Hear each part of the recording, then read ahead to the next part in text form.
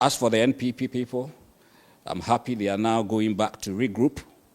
I'm happy they are going back to relearn. For us, we are happy. We are happy because in the past, NPP has given us some of the best opposition moments. I believe they are good at opposition. They are better at opposition than they are at the helm of affairs, at the presidency.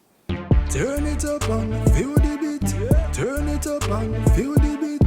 Governor Radio, take a seat.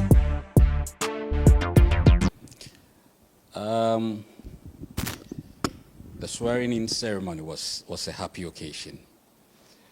At least we could breathe. It had been filled with tension. The period between 7th December and then 7th January is one period that we should have a look at again, because the stress, the anxiety, and the fear-mongering, the scare-mongering was just too much. We believe as a nation we should have a look at it again. But with regards to the organization of the ceremony itself, it was beautiful. I overheard a very old woman in Osu saying that this was reminiscent of how the independence in 1957 was. And I was just surprised. You see, we were under the British colony for a long time, I think from 1821 until 1957. And if Gold Coast attained independence and the atmosphere was as it was just last 7th January, then I would say that, yes, Akufo-Addo, you do some. If 136 years and we were independent and the whole nation was as jubilant as it was, and then with just his 8 years, it looks like another independence, then you do some adventure. Talking about the tension again, I think Ghana should have a look at it again. And I am speaking most humbly to our president now, to see if there's anything that can be done, especially with respect to the Constitution. During Atta Mills's time, we all wanted the Constitution to be reviewed. Even President Akufo-Addo also wanted the same thing. I quite remember on the 28th of February 2022, during the 30th anniversary of the 1992 Constitution, he said in the speech that he wished we could amend the Constitution so that the fear that people had, especially with respect to coup d'etat, could be erased. He talked about contemporary issues and then the future issues. And we were all hopeful that he would visit that before his tenure came to an end. But of course, as it is with most of his things, he couldn't walk the talk. I am pleading with the president, and I'm pleading with all Ghanaians to take a good look at the Constitution again. It needs a review. It needs an amendment. Why am I saying this? The issue of coup d'etats or military regime, military takeovers, should be a thing of the past.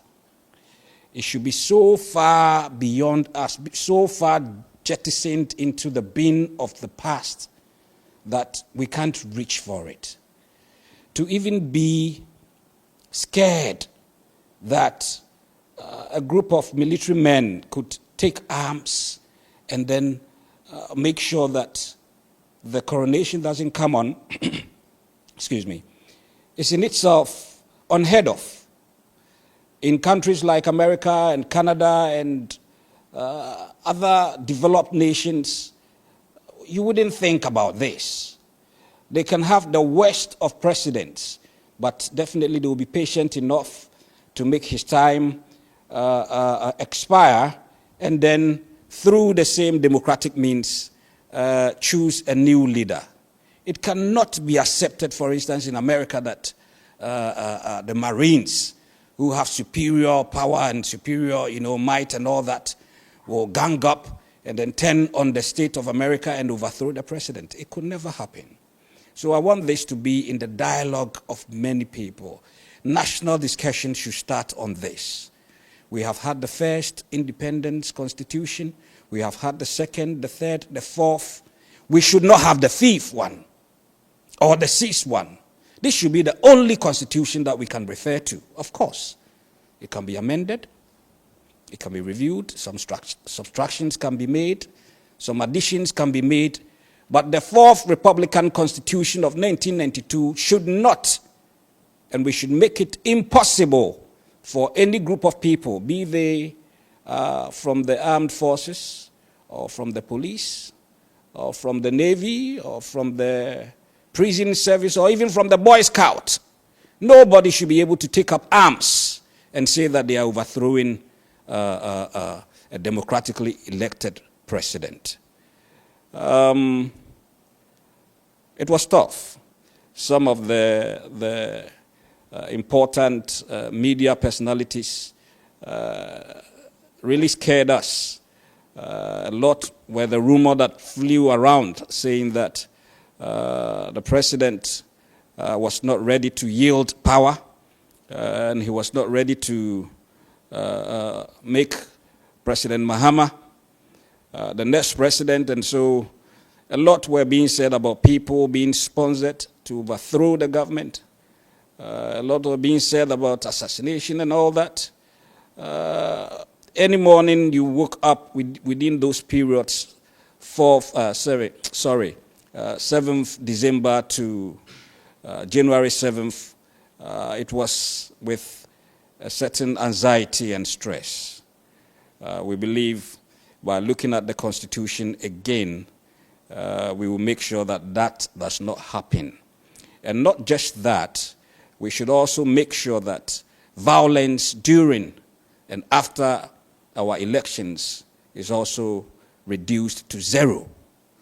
I am pleading with the President, John Dramani Mahama, the President, former President, now the former President who has become the current President, the history maker, to please, as a matter of urgency, form a committee that will look into this issue, a committee that will visit and investigate all the violence and death in the election, and even in the previous election, that we had 8 people die, and then in this one, a few less also die. Is not acceptable. Our democracy is growing, and we must make sure we protect it in a way that it grows with all the grace and all the simplicity that other developed nations have grown. Coming back to the issue of military regimes, a few suggestions I believe can help. One of the suggestions is to make sure that we do the constitutional review and amend it in such a manner that it will become criminal for people to even have succeeded in overthrowing a president. As it is now, it is only when you are found attempting to stage a coup that the highest law against it, which is high treason, is applied to you. People can be hanged to death for that. But if you are able to be brave enough and you actually succeed, then what happens is the Constitution becomes overthrown. It should not be the case. Even when they succeed, they should still be referred to as criminals. And then subsequent democratic governments can punish them accordingly. In other words, even when they have been in power and given power to a subsequent democratically elected government, that government must be able to prosecute them and, of course, have them face the laws of the land for what they did. And not just that, we must make sure that we have bipartite and tripartite agreement with our foreign and international, organizations and countries. A person who has been able to come through the coup d'etat should not be accorded any dignity whatsoever.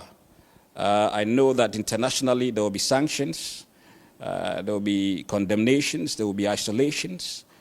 We will lose a lot through our access to markets and all that, but they should do some more. We should have agreements with stronger nations with military powers to forcefully enter and remove those coup plotters. Don't get me wrong, I am not instigating anything against the army. We respect them, we love them. We are grateful to them because even at the peril of their lives, they have saved this country and they continue to do that. Majority of them are professionals who are happy to be given a job, who are happy to have gone through training, who are happy to retire at the ranks at the end of their term and be honorably discharged. If you ask me, it may only be 1% who think that they are adventurous enough and they can overthrow a civilian government elected by the people. I have this to tell those people, especially whether they are army people or police people or navy people or prisons people or even a group of farmers who take up arms with a decision to oust or overcome a president and his group or the constitution. They should not do it through the use of a gun or weaponry or ammunitions. If a soldier man thinks he has what it takes to become president, he must resign, he must join a party or form a party, tell people what he thinks he can do, and then be voted for. Other than that, it should not be accepted that the Constitution can be overthrown.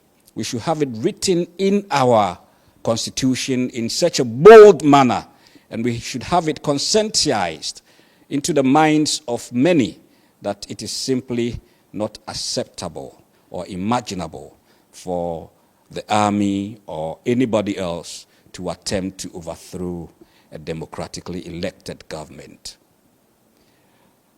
Apart from that, the tension in the system was also as a result of a lot of Ghanaians losing their sense of humor. I believe we are a country with a high level of emotional intelligence, but of late it's coming down small. The tension was such that people get bored easily. I mean, when I say bored, you understand it. They get annoyed, they get vexed very easily. That I said, Puna, it's a yam. That shouldn't make people vexed to the extent of, threatening my life and all that. We should take a chill pill, We should take a chill pill. The country needs it. The Honorable Deputy Minister, the Honorable Deputy Minority Leader said after the President's State of the Nation's address that he was this, he was that. I mean, the President should have looked at it and, laughed over it. But we are quick in losing our tempers over very, very small things. It wasn't just the president that was annoyed. The good old mother, Rebecca, who until then had been a pillar of calmness, wasn't her usual self. And it pained me a lot that she had, at the very last minute, exhibited that kind of trait. We should begin to laugh at ourselves and not take politics too seriously. Talking about seriously, during the coronation, I realized that President, now former President, Akufo-Addo wasn't comfortable. It wasn't that he wasn't comfortable because he didn't want to release the power. Apostle Nelson Ojem, definitely Ojem, but he was very uncomfortable with his chair. I realized that he missed that chair. You know, I would want to ask President Akufo-Addo if he bought that chair with his money. If he didn't, then we will come for it.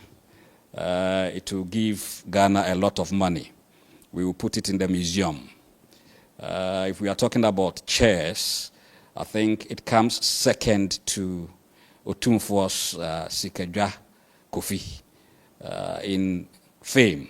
You see, a chair that can be flown all over, a chair that will be given a V8 to sit in and armed men with AK-47s to guard. That chair is a famous chair, so if we put it in the museum, Ghana will have a lot of money. He wasn't sitting in that chair at the swearing-in ceremony, and so I could see that he was really, really uncomfortable. He missed the chair.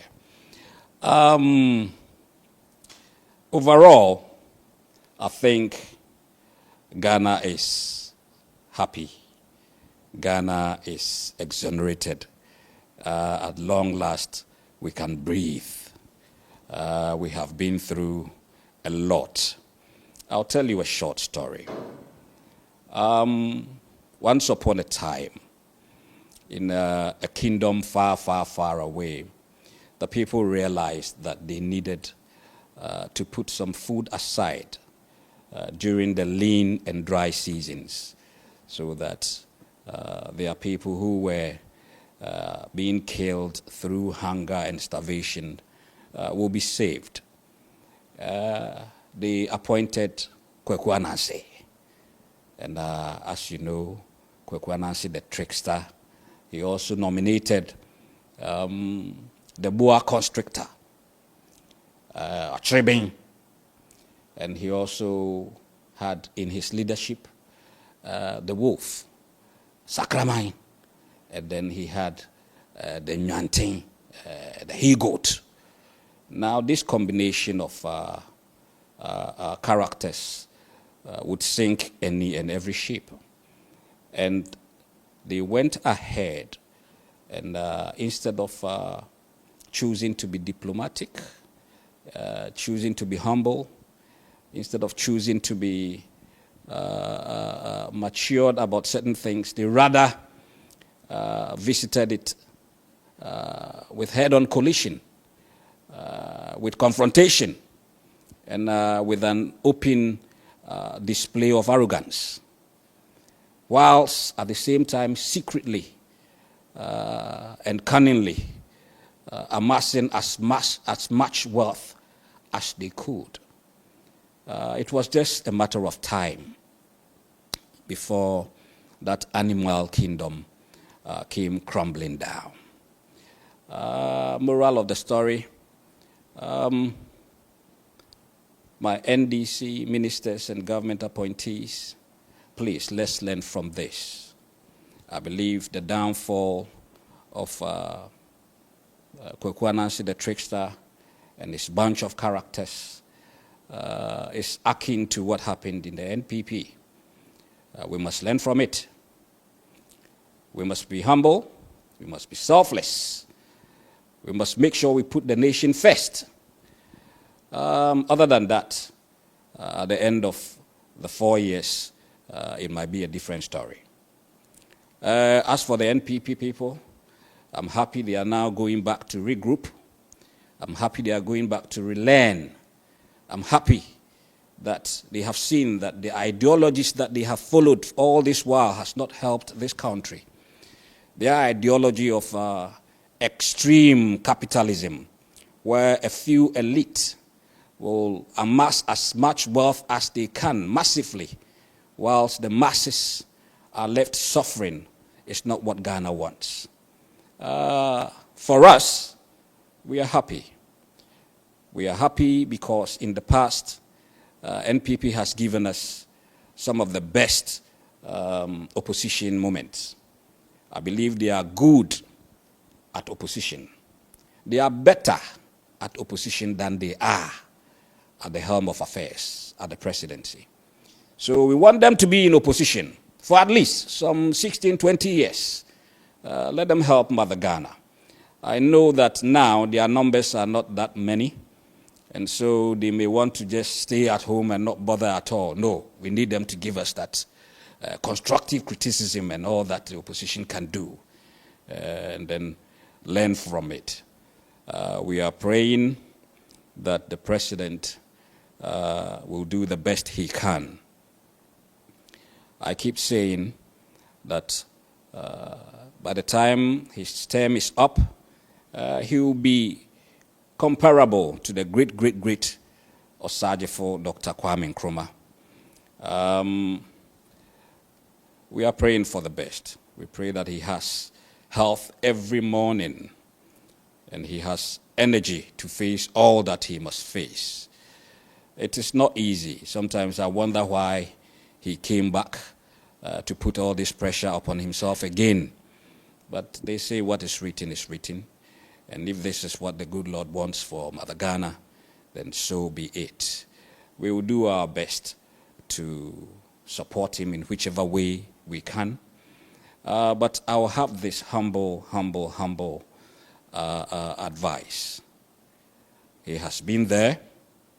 2016, we saw the number of people that abandoned him after the loss. People felt he was to blame.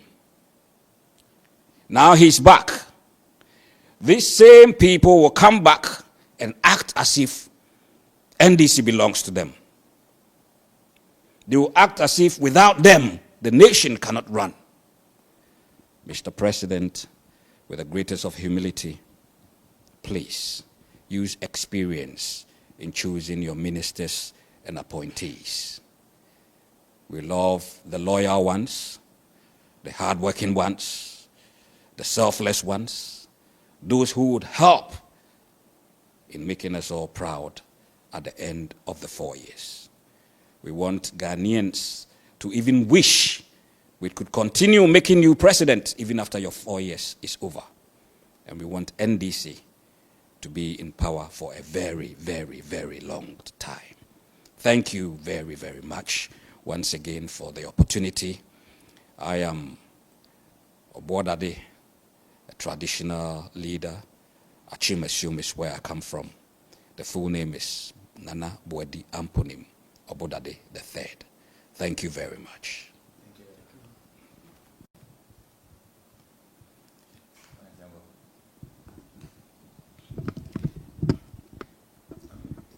Yes, and during the swearing-in ceremony, I also observed that the president was being overly friendly with His Excellency, President Akufo-Addo.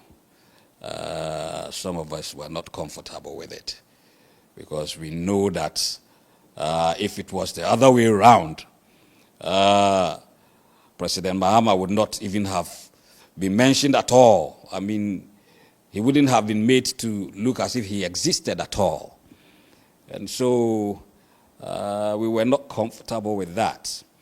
And we were not comfortable more with the fact that with him being friendly towards the president, and with us wanting oral to go hard after the former president, it will look as if President Mahama has a soft spot for his old frenemy. I believe this is not in any way going to stand in the way of oral. We have gotten to a stage where the success of President John Dramani Mahama will be judged on the success of oral. A lot of Ghanaians are waiting for that accountability to take place. People want our monies to be retrieved for us. People want the loot to be recovered. So, Mr. President, don't go too soft on him. We beg you. And also, there should be infrastructure. There should be jobs created for the youth. I'm sure these three are what Ghanaians will stand on in 2028 to determine whether your reign has been successful or not. So with a matter, we should deal with it within the shortest possible time and make sure that people are being rounded up, people are being investigated, and our monies are being recovered for us. We thank Ghanaians very much. We hope that this nation will be the better off with President Mahama. We are very, very hopeful. Tomorrow is pregnant. Thank you.